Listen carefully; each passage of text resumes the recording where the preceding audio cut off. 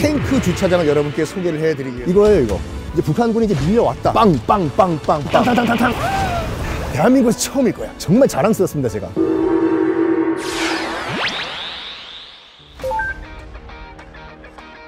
네, 여러분 안녕하십니까. 차클 투어 아는 만큼 보인다고의 썬킴 인사드리겠습니다.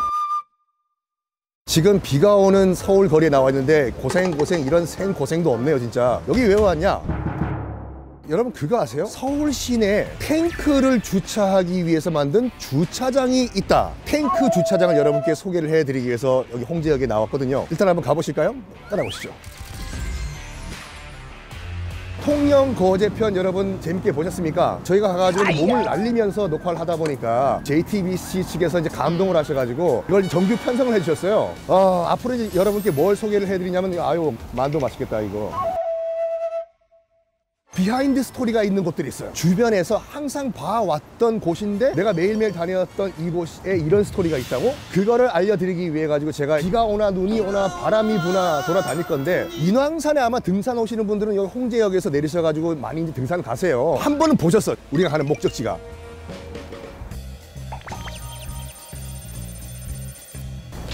자, 이 건물이 오늘의 목적지예요. 유진상가라는 건물인데, 피디님, 네. 저 지금 과일상가잖아요. 네. 저 과일상가가 좀 약간 이상한 거 못 느끼겠어요? 못 느끼겠어요. 필로티 건물이거든요. 필로티라고 보통 빌라나 연립주택 보면은 기둥 세워놓고 그 위에 2층부터 이제 사람들이 살고 1층에는 주차장으로 쓰는 구조 있지 않습니까? 그 이제 필로티 구조라고 하는데 딱 이거예요, 지금요. 주차를 하려고 했던 공간을 지금 과일상가로 만들어 놓은 건데, 그러면 저기 주차 공간이 좀 약간 우리가 알고 있는 연립주택과는 차이가 있는 거 못 느끼시겠어요? 빙고! 오이! 차가 한 경차는 3대 이상 들어갈 것 같이 보이잖아요. 저기가 탱크 주차장이었어요. 일단 따라오시죠, 일로. 안녕하세요. 아, 네. 네, 반갑습니다. 네네네.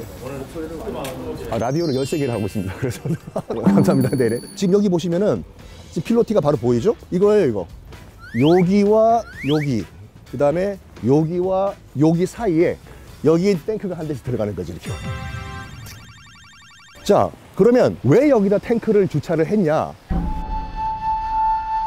이제 북한군이 이제 남침을 했을 경우에 공습을 한다든지 포격을 할 경우에 이게 아무것도 없으면, 주변에 위에 아무것도 없으면은 바로 맞잖아요, 포탄이 빵 이런 식으로. 일단 이 안에 탱크를 숨겨 놓은 다음에 포탄 맞지 말라고, 그리고 나와서 반격을 하기 위해서 여기다 탱크 주차장을 만든 거예요. 그리고 여차하면은 이제 북한군이 이제 밀려왔다, 이것만 터트리면은 빵빵빵빵빵 이게 무너져요. 자연스럽게 이게 방어물이 돼버려요. 두 가지 목적을 위해서 이 건물을 만든 거거든요. 일단 탱크를 숨겨놓고 여차하면 이 필로티 기둥들을 다 터트린 다음에 막자, 이런 식으로. 홍제동에 사시는 분들도 잘 모르세요, 여기가 이제 탱크 주차장이었다는 거를. 반갑습니다. 여기 사시나 보죠? 네. 어머님은 여기 원래 탱크 주차장이었던 거 아시죠? 저는 몰라요. 모르는 게 더 많아요. 네. 근데 하필이면 왜 홍제동이었을까? 여기가 위치가 서울의 요충지예요. 북쪽에서 서울 도심으로 내려오기 위해서는 반드시 여기 홍제동을 지나야 돼요. 여기가 뚫리면은 서울 도심이 뚫려요. 여러분들이 수도 서울을 방어하는 사람들의 입장이라면 어디다가 장애물을 만들까요? 바로 여기죠, 홍제동. 그래가지고 1970년도에 박정희 정부가 의도적으로 이 건물을 만들었어요. 근데 이게 지금 보면은 이게 1970년도에 지은 거니까 굉장히 낡았어요. 낡아 보이지만 여기 집 위에 아직 여기 사람 살고 있거든요. 아파트예요. 여기 밑에는 상가고 위에는 유진 맨션.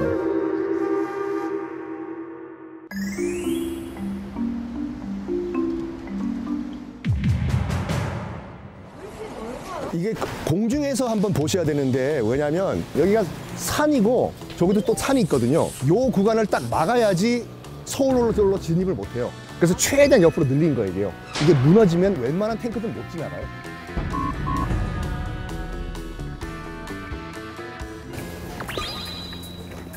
이쪽으로 올라가시면 사람 사는 이제 맨션이 나옵니다. 그러면 이게 왜 여기다가 하필이면 1970년도에 이걸 만들었냐? 1968년도 1월 21일 날 김신조라는 북한 정찰국 소속 31명의 게릴라가 휴전선을 넘어가지고 파주 지나서 세검정 넘어서 자하문을 넘어가지고 청와대 입구까지 갔어요. 31명이. 다 사살되고 김신조 씨 한 명만 남았는데, 김신조 씨가 인터뷰를 하면서 정말 충격적인 얘기를 했죠. 대한민국에 뭐 알았습니까? 박정희 모가지 따라왔다. 생방송에서.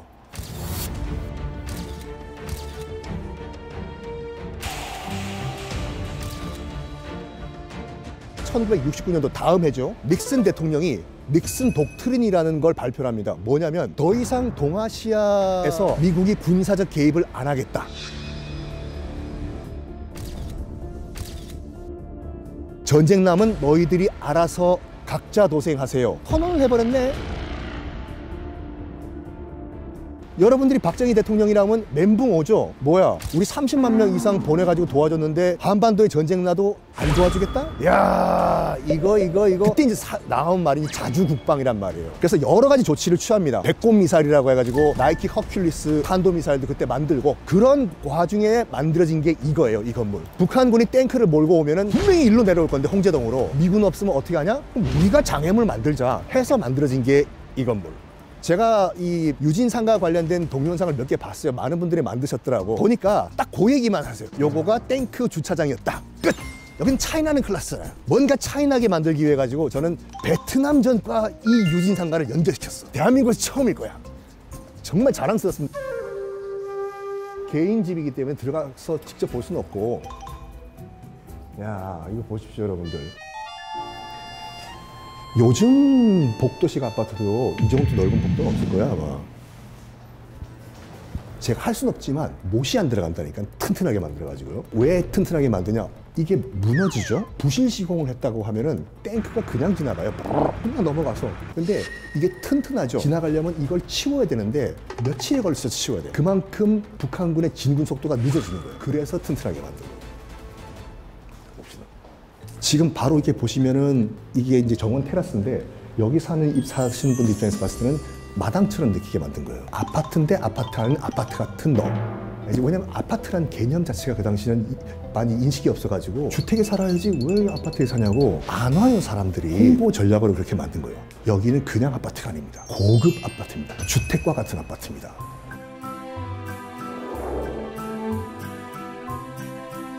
그러니까 지금 보면은 뭐 여기 뭐냐고 하실 분들이 계시겠지만, 당시만 하더라도 이 정원이 있다는 거, 아파트에 굉장히 부자들이 살았다는 얘기거든요. 여기서 제일 큰 평수가 몇 평 정도 된다고 보세요? 한 50평? 아이, 좀 더 쓰시지. 80평? 거의 비슷하죠. 67평. 요즘도 67평이면은 어마무시한 평수잖아요. 맨션은 영어로 대저택이잖아요. 당신이 식목을 했잖아요. 가사도우미. 용 방이 따로 만들어져 있어요. 당시 분양가가 2,500만 원에서 3,000만 원이었거든요. 아니, 평당이, 아니, 요즘 생각하시면 전체 분양가가 싼다고 생각하시죠? 당시에 의사의 평균 월급이 15만 원이었어요. 그럼 이제 이해되시죠? 지금 여기 필로티 건물, 이거를 주차장으로 썼어요. 1970년대 보릿고개를 극복한 지 얼마 안 되는데 여기 사시는 분들은 자가용이 있었다는 거예요. 지금은 그 정도 아니죠? 저도 한번 봤어요. 뉴스를 보니까 여기 강북의 타워팰리스를 만든대요. 재개발은 언젠간 될 거야. 저도 한번 투자 차원에서 이거 한번 사볼까 해서 보니까 5억이더라고. 하실래요? 자, 우리는 지금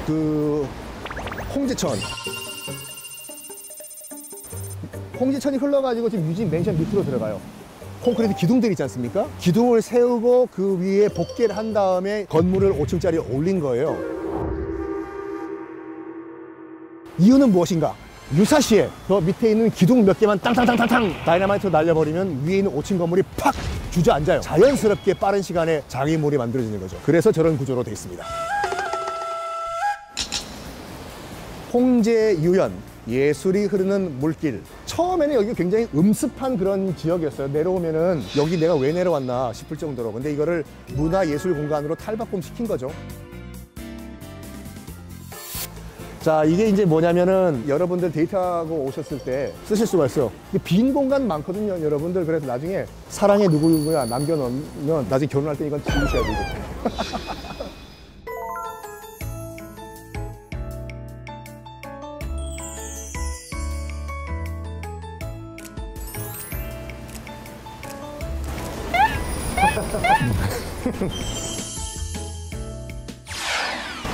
자, 이렇게 또 유진맨션 투어를 마쳤습니다. 유진맨션 한 번씩은 다 보셨을 거예요. 이제 지나가실 때 그냥 휙 지나가지 마시고 저 건물이 우리 분단의 아픈 역사를 또 품고 있는 건물이다. 그 의미를 생각하시고 지나가시면 어떨까? 그게 또 이 차클 투어 아는 만큼 보인다고의 취지니까요. 그래 여러분들 댓글 많이 남겨주십시오.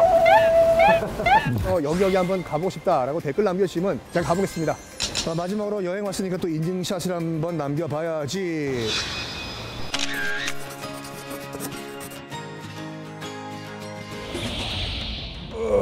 형님 뭐 하십니까? 탁 깬 거야 이게. 배슬가세요.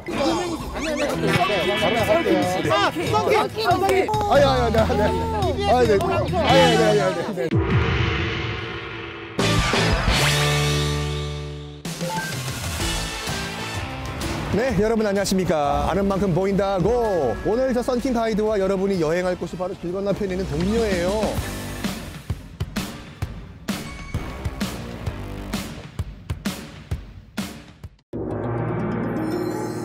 동묘라고 하면 일단 한자가 묘가 무덤이잖아요. 일단은 누구의 무덤이라는 얘기인데 주인공이 누구인가 혹시 아시나요? 힌트, 국적이 코리안, 한국 사람이 아닙니다. 외국인이에요. 한번 가보실까요, 여러분들? 솔직히 말해가지고 요즘 동묘라고 하면 옆에 있는 이 동묘보다 벼룩시장, 이 도깨비 시장이 훨씬 더 유명해요. 나이 드신 어르신도 많지만 젊은 분도 많거든요. 데이트도 많이 하시더라고요. 그거 궁금하지 않았어요? 하필이면 왜 여기 벼룩시장이 생겼는지? 원래는 여기가 다 미나리 밭이었어요. 미나리 밭이었다가 이제 한국전쟁 터진 다음에 요 조금 밑에 내려가면 청계천이거든요. 청계천 주변에 이제 주인이 애매모호한 땅들이 있었던 것이죠. 북한에서 내려온 이제 피난민들이 여기에 하나 둘씩 정착을 한 거예요. 동묘부터 청계천까지.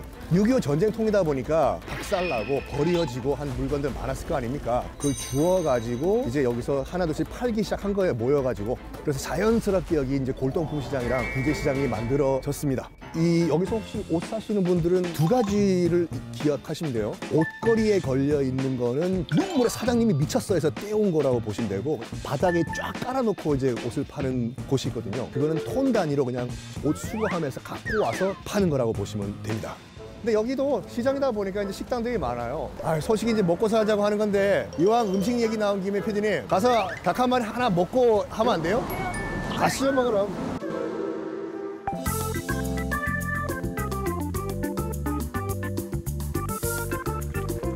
닭 한 마리란 말이 처음으로 시작된 곳이 여기라고 해요. 하필이면 이 동네에 그 수많은 음식점들이 많은데 왜 이 닭 한 마리가 여기서 생겼냐. 일제강점기 때 우리 조선인들은 청계천 북쪽 종로에서 이제 상권을 형성을 했는데 일본인들이 슬금슬금 청계천을 넘어가지고 종로 쪽으로 넘어오기 시작한 거예요. 일본인들이 넘어오는 것을 막자라고 한 어르신께 등장을 했었어요.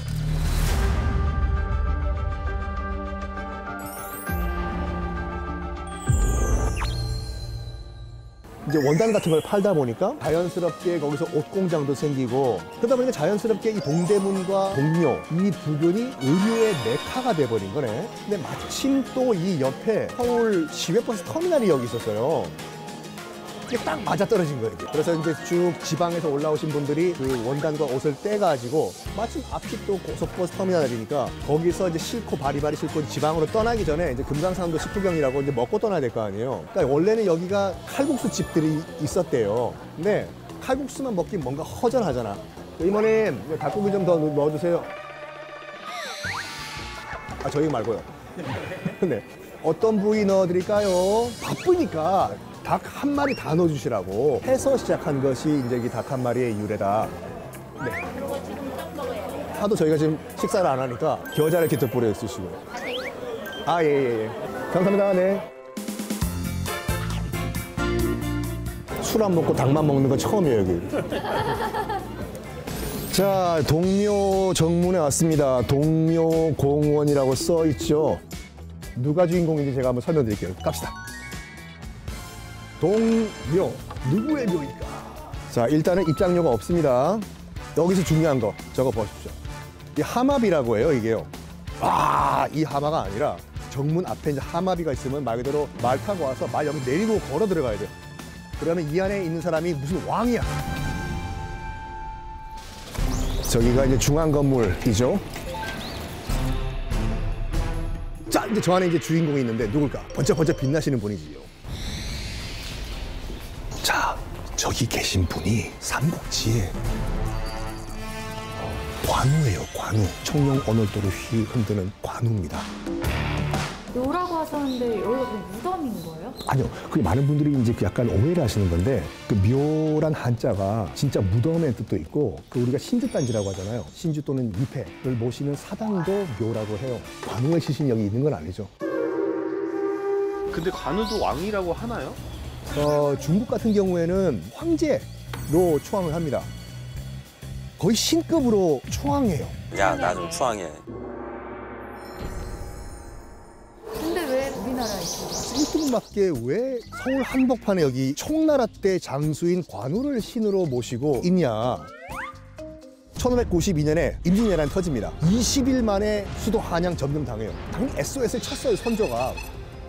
당시 명나라 황제가 이제 만력제라는 황제였는데 중국 5,000년 역사 가운데서 유일하게 30년 동안 파업을 한 황제예요. 아예 국사를 놔버렸어요, 30년 동안. 30년 동안 파업을 하다가 7년 동안만 딱 정사를 봐요. 그 7년이 딱 언제였냐? 임진왜란 7년 기간이에요. 왜 그때만? 아, 그 이유가 있어요. 만력제가 하루는 꿈을 꿨어요. 꿈 속에서 관우가 나타난 거예요. 형님, 뭐 하십니까? 형님은 원래 전생에 유비셨습니다. 그리고 조선에 있는 왕 선조는 장비였습니다. 지금 장비가 저렇게 당하고 있는데 형님께서는 뭐 하십니까? 유비 형님! 탁 깬 거야, 이게. 아, 내가 유비구만. 지금 장비가 당하고 있다고 하니까 도와줘야지. 문 열고, 누구십니까? 나 니네 황제야. 야, 황제야! 내가 어젯밤 꿈 꿨는데 관우가 나타나가지고 지금 장비 도와주라고 해. 너희들 가서 도와줘. 해서 참전을 한 거예요. 그렇다고 해서 명나라 장군들과 신하들도 바보가 아니잖아요. 황제가 가라고 한다. 가자 원군. 이게 아니라 어전회의를 했던 기록을 보면은 순망치한이라고 해가지고 당시 도요토미 히데요시의 최종 목표는 명나라였어요. 어차피 일본 최종 목표는 우리 명나라다. 우리 명나라 땅에서 전쟁을 하는 것이 아니라 남의 땅, 조선 땅에서 우리가 전쟁을 하자. 그래서 파병이 들어간 거예요. 그래서 이제 당시 이제 명나라 이제 그 사령관인 지린 장군이 뭘 했냐면 조선 너희들이 살아남은 것은 관우 덕분이다 해. 관우 사당 만들어라. 그런 다음에 동서남북 4개의 관악묘가 만들어져요. 북관악묘와 서관악묘는 여기 있는 동관악묘와 합쳐지고 이 남관악묘는 그 도시 개발 때문에 지금 강 건너서 사당역 근처에 있습니다. 그 근처에 용한 점집들 많거든요. 태길, 궁합! 한번 거기 가보시기 바랍니다. 박수! 예! 감사합니다.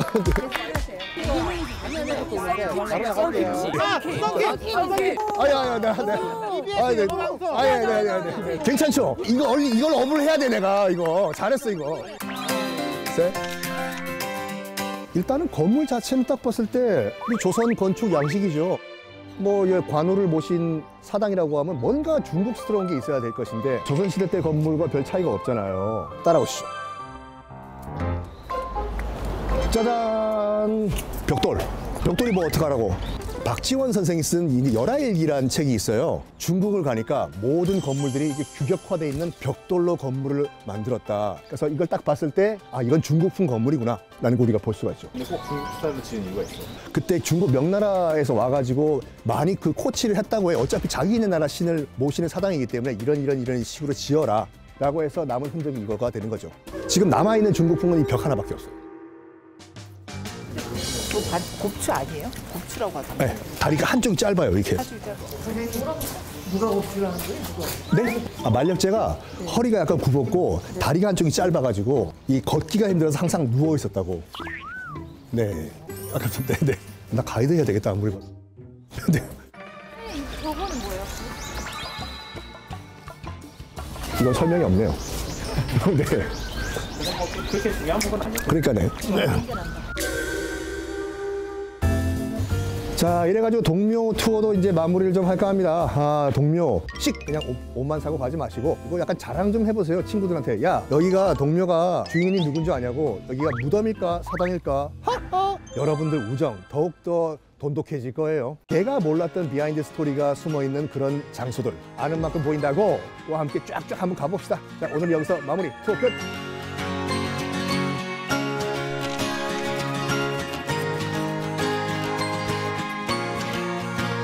진짜 강의 북쪽, 강북이었어요. 못 믿으시겠다고. 증거를 보여드릴게요. 서프라이즈 연속이에요.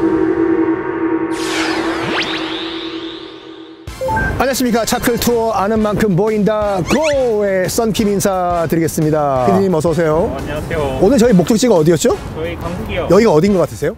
롯데타워도 보고 강남 아닌가요? 근데 강북 얘기한다고 하잖아요. 왜 강남으로 가요?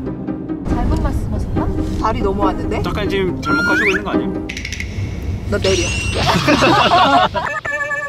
자, 그런데 놀랍게도 여기가 강북이었던 거 혹시 아세요? 예전에.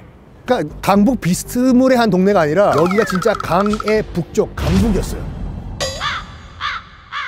제가 왜 강북이었는지 보여드릴게요.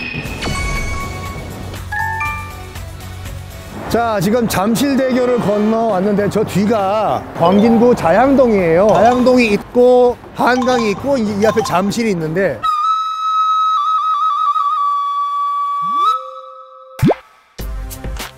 놀랍게도 자양동이랑 잠실이랑 육지로 연결되어 있었다. 여기 있는 잠실이랑 저 뒤에 있는 자양동이랑 연결되어 있는 한 덩어리 육지였거든요.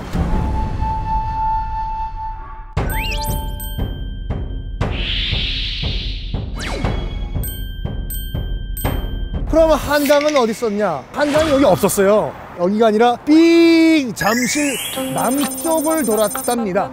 못 믿으시겠다고 증거를 보여드릴 테니까 하시죠. 증거를 보여드릴 테니까. 증거, 에비던스.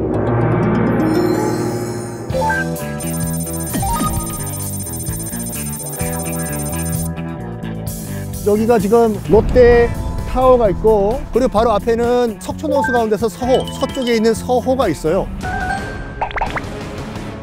이게 웬 커다란 비석이냐? 이거 한 번쯤 보신 적 있었을 거예요. 많은 분들이 요즘 젊은 친구들이 이게 심전도비로 알고 계시는데 심전도는 병원 가서 검사하시는 거고 진짜로 그렇게 하시는 분 계시다니까. 6.25를 6.25 전쟁이라고 해요. 이건 심전도가 아니라 삼전도비라는 겁니다. 삼전, 밭이 3개 있다. 도는 섬도가 아니라 건너다 도자예요. 나루터라든지 아니면 뭐 포구에 도를 많이 붙였거든요. 그 말은 여기가 나루터였다는 뜻이지 않습니까? 원래 한강은 요 앞에 있는 이 석촌호수를 주변으로 했던 송파강이란 강이 원래 한강의 주류 강이었다. 우리가 지금 한강이라고 부르는 강이 없었을 때 여기가 한강으로 가는 나루터였어요. 삼전도. 근데 이만한 저보다도 엄청 큰 이 비석, 제가 키가 또 187이거든요 옆에 아무도 없기 때문에 비교 대상이 없지만 이 나루터에 why 이런 삼전도비가 들어섰냐? 짧게 말씀드릴게요. 1636년지 병자호란이 터져요. 당시 청나라군의 목표는 딱 하나예요. 인조 잡아라. 딱 열흘 만에 서울 도착해요. 인조는 남한산성, 저기 지금 광주에 있는 남한산성으로 피신을 해요. 청태종, 우리가 홍타이지라고 배웠던 청태종이 직접 여기까지 옵니다. 포고잖아요. 당시는 여기가 이제 주류의 강이 흘렀기 때문에 잠실에서 남한산성을 가려면은 배를 타고 갔었어야 되거든요. 그러니까 여기까지 온 거예요. 삼전도를 통해 가지고 나오라고. 라일라이 나와라. 머리를 9번 땅에 박아요. 쾅. 이게 만주식 복종의 의식이거든요. 군신 관계를 맺어요. 청나라는 임금의 나라가 된 거고 조선은 신하의 나라가 된 거예요. 청태종이 보고 흐뭇해하잖아요. 너 이제 내 신하야? 기념일을 만들어라 해서 이걸 만들어요. 이 삼전도비가 여기 있는 건 2가지의 의미를 여러분 찾으시면 됩니다. 첫 번째는 뭐냐면 역사적으로 청태종 홍타이지에게 9번 머리를 박고 신하가 됐던 곳이 여기고, 두 번째는 놀랍게도 오늘의 주제인 원래 한강은 북쪽이 아니라 남쪽으로 흘렀다라는 증거가 되겠습니다. 자, 이제 본격적으로 원래 강북이었던 잠실이 어떤 과정을 통해서 강남이 됐는지 자 보여드릴게요. 가시죠.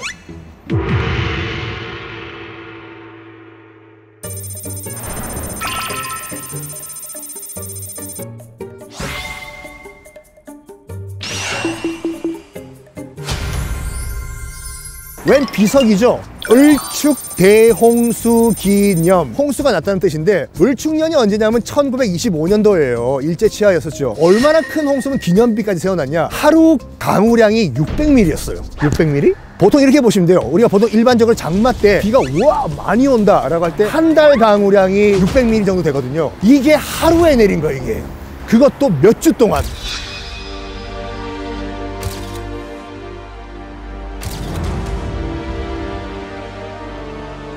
그래가지고 바지만 걷으면은 건널 수 있었던 신천 세내 있지 않습니까?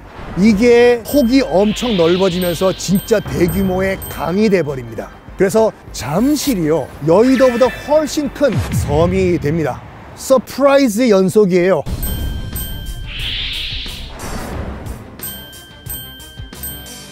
자, 그러면 이 잠실이 어떻게 해서 오늘날의 잠실이 됐는지, 나 어떻게 여러분 진짜 오늘 잠 못 주무실 것 같아. 한 번 더 깜짝 놀랄 준비를 하시고 follow me 따라오시죠, 여러분.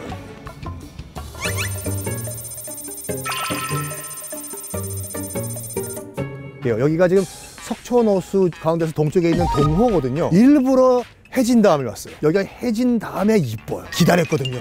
저희 시간 많아요. 일단 이거부터 좀 보셔야 돼요. 한눈에 우리가 이해할 수 있도록 그림이 그려져 있는데, 지금 현재 한강은 이게 한강이죠. 이게 지금 잠실이고, 그리고 여기 약간 강이 있었다는 표시가 보이지 않습니까? 그리고 똥똥 우리가 있는 석촌호수고, 원래는 한강의 주강은 이 강이었어요. 이름은 송파강. 이 세 강이 신천강. 근데 이게 아까 말씀드린 것 같이 1925년 대홍수 이후에 강폭이 늘어나요. 이제 잠실이 섬 됐어요. 참, 잠실은 뜻이 뭐냐면 말 그대로 누에가 있는 집이란 말이에요. 뽕밭이었어. 뽕밭이 많았는데 싹 다 쓸려갔어요, 여기가. 그래서 모래섬이 돼버리거든요.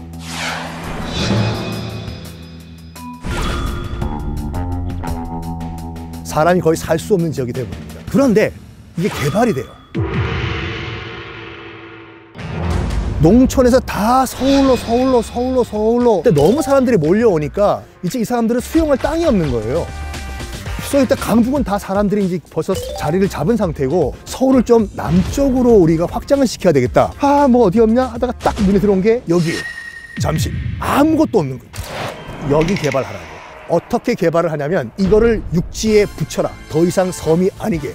마침 그때 위에 있던 신천강의 폭은 점점점 늘어나고 있던 상태였고, 밑에 있던 송파강은 점점 폭이 줄어들고 있던 상태였거든요. 위에 할까 아래 할까, 밑에 있는 송파강을 매립해버리자 라는 결정을 박정희 정부가 내려요. 잠실이 강남이 된 순간이었어요.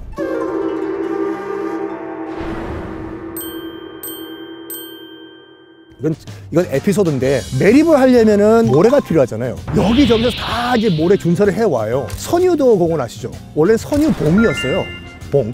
그걸 다 박살내가지고 여기 갖고 온 거예요. 매립을 하려고. 그래도 모자라. 마침 모래로 된 언덕이 보이네? 저거 파가지고 메꾸자 했는데 스톱!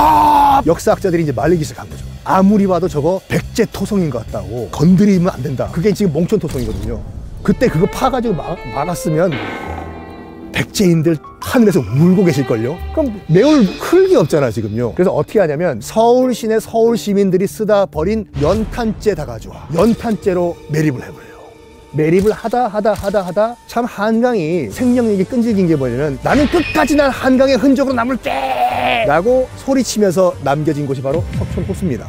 그러니까 많은 분들이 석촌호수가 이제 인공호수로 알고 계시는데, 바로 여기 있는 거 인공호수가 아니라 원래 있던 송파강의 흔적이에요. 원래 한강 주류의 흔적. 아마 지금 이 동네 사시는 분도 잘 모르실걸요? 뭐라고? 내 발밑에 연탄재라고? 찾지 마라고? 의외로 석촌호수 주변에 싱크홀이 많이 발생을 해요. 퍽퍽퍽퍽. 몇 년 전에는 옆에 있는 그 석촌 지하차도에 정말로 뻥! 바닥이 뚫리는 일이 발생했거든요. 그거 가지고 뭐 북한 이 인민군들이 여기까지 땅굴을 뚫고 왔다라는 그런 주장을 하시는 분도 계셨어요. 아니라니까요. 이래서 우리가 역사 공부가 중요하다니까요. 야, 이것 때문에 저희가 지금 저녁에 온 거예요, 이게. 이 석촌호수의 아름다운 야경. 여기서 프로포즈하면 바로 결혼한다니까, 여러분들. 무슨 말 하다 말았죠? 그래서 간단하게 이렇게 보시면 돼요. 여기 잠실은 당시에 그냥 이름 모를 땅이었어요. 도화지 같은 거라고 전 말씀드리거든요. 학교 필요해? 학교 지어. 도로 필요해? 여기 놔. 집이 필요해? 여기 아무데나 만들어. 정부 마음대로 개발할 수 있는 곳이 여기 잠실. 오죽했으면 여기를 뭐라고 불렀냐면은, 물론 잠실이라는 표현은 있었지만 강남에서는 유일하게 개발됐던 곳이 영등포였거든요. 퉁쳐가지고 영등포의 동쪽에 있는 지역이다 해서 그냥 영동지역이라고 불렀어요. 그 당시에 이제 강남 개발을 강남 개발이라고 안 하고 영동 개발이라고 했거든요. 어떤 단지로 만들었어요? 두 가지로 개발했어요. 그 당시 대규모 주택단지 만들어라. 잠실 시형 아파트와 잠실 주공 아파트가 그때 만들어져요. 그리고 두 번째, 우리나라 최대 규모의 스포츠 단지를 만들어라.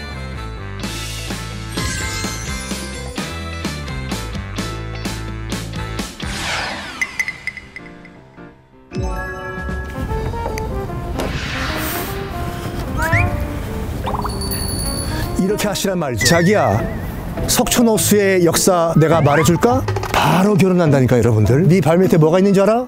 연탄재가 있어. 잘 떴어요. 잘 땄네요. 야, 달달은 무슨 달? 쟁반같이 둥근 달. 네. 이게 또 녹화하고 있습니다 지금. 네. 뭐 송파에 대해서 하시는 거예요? 여기 잠실이 원래 강북이었다는 거 저희가 얘기하고 있거든요. 아 그래요? 그렇죠. 옛날에 성동. 그렇죠. 저기 자양동에 붙어 있었죠. 자양동에 붙어서. 저도 여기 이제 38년째 살고 있는데 거의 40년째 사시네요. 그때는 석촌호수가 그냥 잔디밭이었어요 저쪽. 그러니까 예비군 훈련 받고 와갖고 여기서 술 먹고 그랬는데 서울 벌판이었죠. 그때마다 고기 잡고 그랬었어요. 직접 잡으셨나요? 네? 아니요. 나는 낚시는 별로 필요는 없어서 구경은 많이 했죠. 네네네. 네. 감사합니다 선생님. 감사합니다. 네네네네. 자, 이제 잠실편도 마감할 때가 됐는데, 잠실만큼 서울 시내에서 다양한 스토리를 갖고 있는 지역도 없을 거예요. 그러니까 자연이 만들어 놓은 이 환경에 인간이 내린 결정, 수천 년 동안 강북이었던 잠실이 강남이 되었다. 그리고 그 모든 것을 다 증거하는 것이 바로 제 뒤에 있는 이 아름다운 석촌호수가 그걸 온몸으로 지금 여러분께 말씀을 해주고 있다. 지금까지 여러분들의 가이드 썬킴이었습니다. 안녕. 우리나라 최초로 부동산이 개발된 지역이 어딘지 아십니까? 어떻게 여기가 부동산 개발이라고? 쪼개가지고 다 쪼개요. 수백 채를 만들어가지고. 네, 여러분 안녕하십니까. 썬킴 인사드리겠습니다. 지금 여러분들은 못 느끼시겠지만 지금 체감 온도가 무려 영하 20도예요. 덜덜 떨리는 거 보이시죠 지금?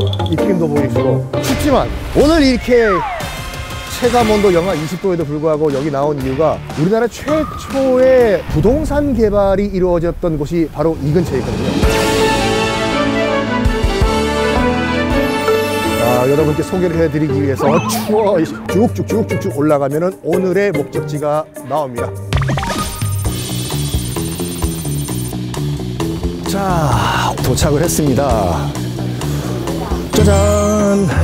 한옥들이 많이 보이죠?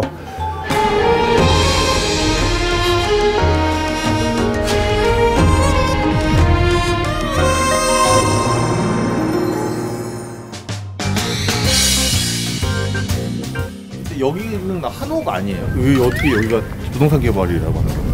오해하시는 것 중에 하나가 뭐냐면 북촌에 있는 한옥들이 우리나라 전통 스타일의 한옥이다라고 알고 계시는데 아니에요. 한옥 체험을 하시는 분들, 외국인 친구들을 우리가 데려왔다. 그 말은 꼭 하세요. 우리가 알고 있는 한옥은 아니다. 그 스타일로 만든 계량주택이다 라고 말씀하시는 것이 정확해요. 이런 벽은 전통 한옥 스타일도 아니에요. 시멘트고 대리석이잖아요. 원래는 여기에 가회동이 조선 왕조의 전주희 씨 왕족들이 살고 있던 동네였거든요. 1910년도에 이제 우리나라가 국권을 강탈당한 이후에 전주희 씨도 망했겠죠. 그래가지고 거의 방치가 됐어요. 그 큰 저택들이요. 그거를 인수해가지고 쪼개가지고 작은 집으로 만들어서 이거를 조선인들에게 팔자, 분양을 해주자.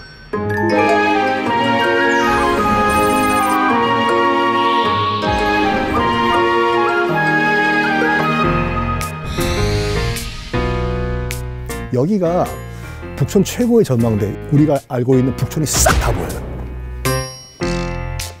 여기 나와 있네요. 일단 들어가시죠.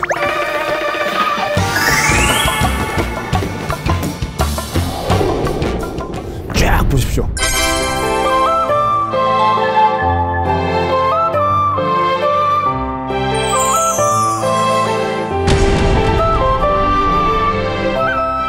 대규모 큰 연립타운이지 않습니까? 왜 이 한옥타운을 만들었냐?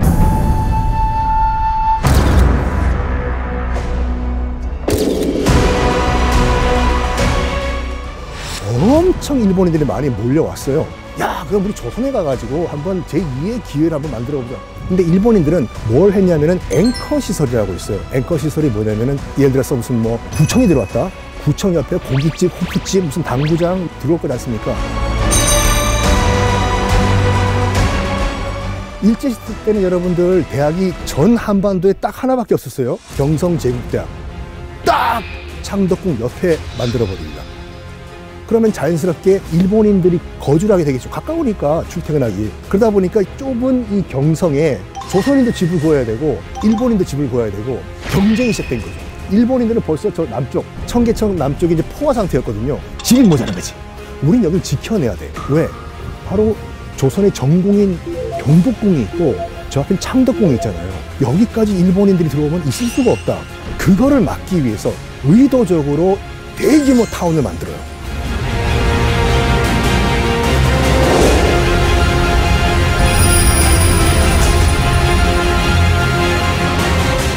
그렇게 하신 분이 누구예요? 정세권이라고 우리는 건축왕으로 알고 있는 그런 인물이 등장을 하는데 여기에 가회동뿐만 아니라 지금은 흔적이 없어요. 익선동, 그 다음에 대학로가 있는 창신동 등등등의 수백 채를 만들어가지고 일반 돈 없는 조선인들에게 이제 그 분양을 해주는데 더욱더 감동적인 건 뭐냐면 일시불이 아니야, 이게요. 할부로 돈이 없는 조선인들에게 돈이 없으면 나중에 돈 갚으십시오 하고 할부로 다 이걸 분양을 해줘요. 그래가지고 청계천 북쪽에 있는 북촌을 지켜내십니다. 정세권 선생님께서. 북촌에 왔는데 뭐 좀 먹읍시다. 네 번째로 오래된 가게네. 왕짱구 식당. 뭐 좀 드십시다. 아유, 안녕하세요, 사장님. 네네. 여기 보니까 외국인 관광객도 상당히 많이 오던데 이거 어떤 거를 제일 많이 먹나요? 김치 스프. 오호. 그거 잘 알죠? 김치 동태 이렇게 섞어서 되죠. 아, 그렇습니다. 그렇게 했습니다. 아이고, 김치. 그렇지. 네. 내 집에 묵은 김치. 아이고, 사장님, 김치 찍어주자. 배가 고파서 그런지 예술이네요.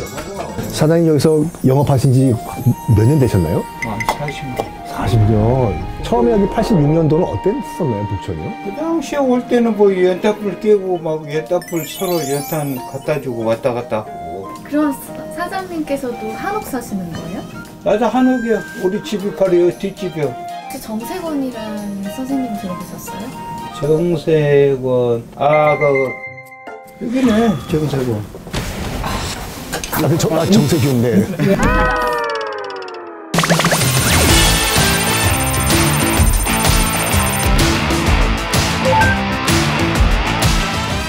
자, 여러분, 전통 한옥과 개량 한옥 어떤 차이가 있을까?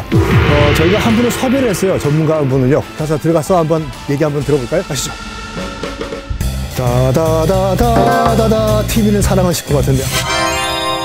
많이 추우셨죠? 돌아다니시죠? 거의 마비가 돼가지고 얼어가지고 말이 잘 안 나오는데 우리나라 역사 발전을 위해 가지고 아유, 맞습니다. 전통 가옥과 개량 한옥은 어떤 차이가 있을까요? 전통 한옥의 기능이 개량 한옥이라고 하는 도시형 한옥에 압축됐다라는 점입니다. 전통 한옥 같은 경우는 사랑채, 안채, 흥랑채 이런 식으로 구분이 돼서 독채로 구성이 돼 있어요. 그 산세나 주변 환경에 따라서 자연스럽게 이렇게 배치되는 형태가 되죠.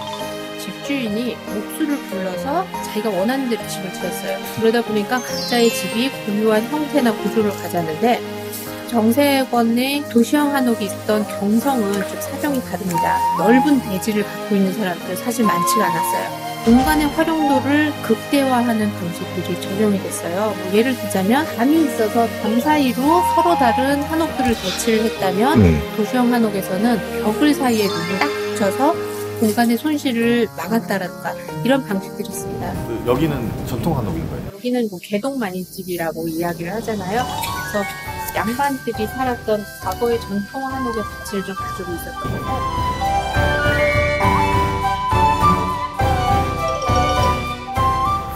여기는 지금 중간에 마당이 있어요. 그 대부분은 중정식이라고 합니다. 이렇게 사각형으로요? 네, 맞습니다. 중간에 있는 마당을 중심으로 배치가 되어 있는 걸 중정식 한옥이라고 네. 하는데 이런 전통 한옥을 보신 다음에 비교를 하시면 좋을 것 같아요. 점점 사이즈가 작아지면서 구조가 좀 달라지네 라는 걸 느낄 수가 있겠군요.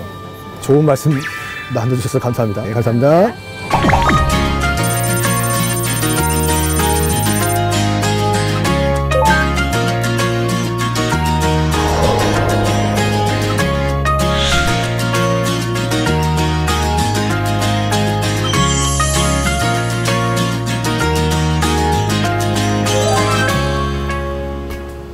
그러니까 지금 보면 이렇게 대청 마루가 있고 유리가 있지 않습니까?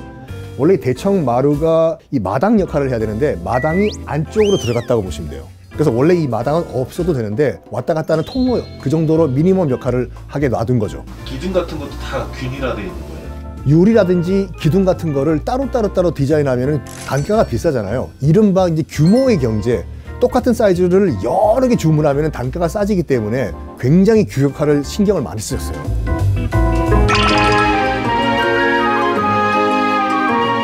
기농 정세권 선생님 정말 천재셨다고 해요. 정말 이분이 민족운동가로서 우리가 기억을 해야 되는 부분이 이거예요. 그러니까 조선어 큰 사전, 당시 사전이 없었거든요. 그 사전을 만드는데 정말 물심양면으로 굉장히 도움을 많이 주신 분입니다. 정세권 선생님이 하신 말씀 중에 이런 게 있다고 해요. 경성은 이제 일본어로 하면 게이조거든요. 경성을 게이조로 만들지 말자. 경성은 경성으로 우리가 지키자. 이게 당시 이제 그 한양조선 경성 시내 안에 있던 한옥 대규모 단지의 분포도예요, 이게요. 서울 강북에 싹 다 개발을 하셨다고 보시면 돼요. 근데 다 없어지고 남은 게 여기 가배동밖에 안 남아 있는 거죠. 말년에는 좀 쓸쓸하게 돌아가셨다고 하죠. 그 정세권 선생님이 왜 말년이 안 좋았냐면은 일제에 의해 가지고 망해요. 당시에 뚝섬을 개발하려고 구입을 하신 다음에 개발 준비를 하고 있었거든요. 그거는 이제 일제가 뭐라고 했냐면 내놓으라고, 거기 땅에다가 일본 정신을 교육시키는 학교 짓겠다. 그거를 일본 정부가 가져가는 그 순간에 정세권 선생님은 경찰서에서 고문을 당하고 있었어요. 그래서 강제로 빼앗아간 거예요. 그런 식으로 정세권 선생님의 재산을 다 뺏어가면서 결과적으로 이 정세권 선생님의 건양사가 일제에 의해서 망하게 됩니다. 그러니까 우리가 이제 독립운동가라고 하면은 뭐 홍범도 장군도 생각하시고 김좌진 장군, 또 당연히 안중근 의사 등등등을 생각하시지만 정세권 선생님 같은 경우에는 자기가 그걸 드러내지 않으려고 했어요. 북촌을 만든 그냥 정세권 정도만 알려져 있는 것이 상당히 안타깝죠. 그러니까 우리가 공부하시고 아셔야 돼요. 추워.